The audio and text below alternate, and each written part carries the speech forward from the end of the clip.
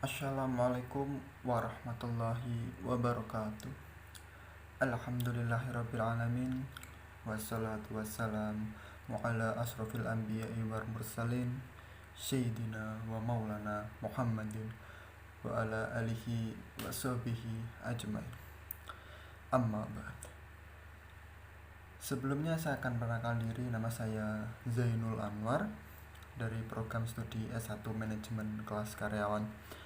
Pada kesempatan kali ini saya akan membahas tentang sistem ekonomi syariah dan sistem ekonomi konvensional, di mana kita harus senantiasa menambah keimanan dan ketakwaan terhadap Allah Subhanahu wa taala. Maka dari itu kita harus mengerti dan faham syariat-syariat yang telah dijelaskan di Al-Qur'an dan hadis. Ya, kita bahas yang sistem ekonomi konvensional dulu. Sistem ekonomi konvensional adalah sistem ekonomi yang banyak dikenal oleh masyarakat global saat ini. Sistem ekonomi konvensional selalu berpatok pada urusan duniawiyah, bahkan terkadang mengesampingkan syariat agama untuk mencapai tujuan bisnis mereka. Salah satu sistem ekonomi konvensional yang paling banyak digunakan saat ini adalah sistem ekonomi kapitalisme. Jika Anda menelusuri di internet apa itu sistem ekonomi kapitalisme, maka akan muncul pencarian yaitu adalah sistem ekonomi di mana keperluan produksi dimiliki oleh pribadi dan mempekerjakan kaum proletar untuk meraih keuntungan sebanyak-banyaknya. Kurang lebihnya seperti itulah kebanyakan. Lah, terus apa itu kaum proletar? Kaum proletar adalah kaum yang tidak punya alat produksi dan dia bertahan hidup dengan cara bekerja di suatu pabrik yang orang yang mempunyai alat produksi tadi. Orang yang mempunyai alat produksi disebut dengan kaum borjuis. Ya, kaum proletar ini berarti bisa disebut dengan kaum buruh lah, buruh pabrik lah. Di awal mula kapitalisme muncul, banyak buruh menderita. Terkadang keuntungan produksi itu didapat dari menekan upah si para buruh. Ya, jelas ini sesuatu sistem ekonomi yang kurang baik lah dari segi etika maupun agama. Tapi nyatanya sampai sekarang sistem ini masih berkembang dan dipakai, walau tidak terang-terangan.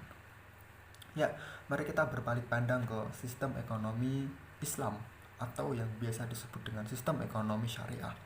Sistem ekonomi Islam adalah suatu ilmu yang mempelajari usaha manusia untuk mengelola sumber daya yang ada untuk mencapai falah. Apa itu falah? Falah adalah kebahagiaan dunia akhirat. Di dalam ekonomi Islam itu memiliki falsafah dari surat Al-Qasas ayat 77 yang artinya, dan carilah apa yang telah dianugerahkan Allah kepadamu, tapi janganlah kamu lupakan bagianmu di dunia dan berbuat baiklah kepada orang lain sebagaimana Allah telah berbuat baik kepadamu, dan jangan kamu berbuat kerusakan di bumi. Sungguh Allah tidak menyukai orang yang berbuat kerusakan. Ya, jika kita pahami dari ayat tersebut, sistem ekonomi Islam bukan mementingkan kehidupan dunia, tetapi lebih mementingkan kehidupan akhirat terlebih dahulu. Walaupun kita juga tidak boleh melewatkan kenikmatan-kenikmatan di dunia. Sistem ekonomi Islam juga mempunyai prinsip-prinsip. Yang pertama adalah prinsip yang menentukan baik buruk, haram tidaknya berdasarkan firman Allah, bukan berdasarkan dari manusia. Artinya apa? Dalam menjalankan kegiatan ekonomi, semua itu didasari oleh Al-Quran dan hadis. Terus yang selanjutnya adalah asas manfaat. Karena Allah itu menciptakan semua di muka bumi ini, semua memiliki manfaat. Rabbana ma khalaqta hadza batila subhanaka faqina adzabannar. Faqina adzabannar. Yang artinya, ya Rabb kami, tiadalah engkau menciptakan ini dengan sia-sia. Maha suci engkau, maka perihalalah kami dari siksa api neraka. Itulah dari asas manfaat. Terus prinsip-prinsip ekonomi Islam yang ketiga adalah asas pertengahan. Karena kita ketahui adalah kita umat muslim atau umat Islam itu adalah umat tengah-tengah. Apa itu artinya? Apa arti umat tengah-tengah itu? Umat tengah-tengah adalah yang tidak berlebihan dan juga tidak berkurangan. Intinya tengah-tengah, yang sedang-sedang aja, yang pas lah. Terus yang keempat, prinsip-prinsip ekonomi Islam yaitu adalah asas kebebasan. Diberi kebebasan untuk memiliki segala sesuatu, tapi dalam batasan halal dan haram. Juga tidak melupakan untuk memberikan bagian-bagian kepada orang yang berhak mendapatkannya. Tentu banyak pemikiran ekonomi konvensional yang melebar atau bahkan melanggar syariat Islam. Sebagai pemeluk agama Islam, kita wajib mengetahui hal-hal yang bisa membuat kita melanggar ataupun menyimpang dari syariat Islam. Ada beberapa hal yang banyak orang tidak sadar hal ini dapat melanggar Islam. Yang pertama adalah riba.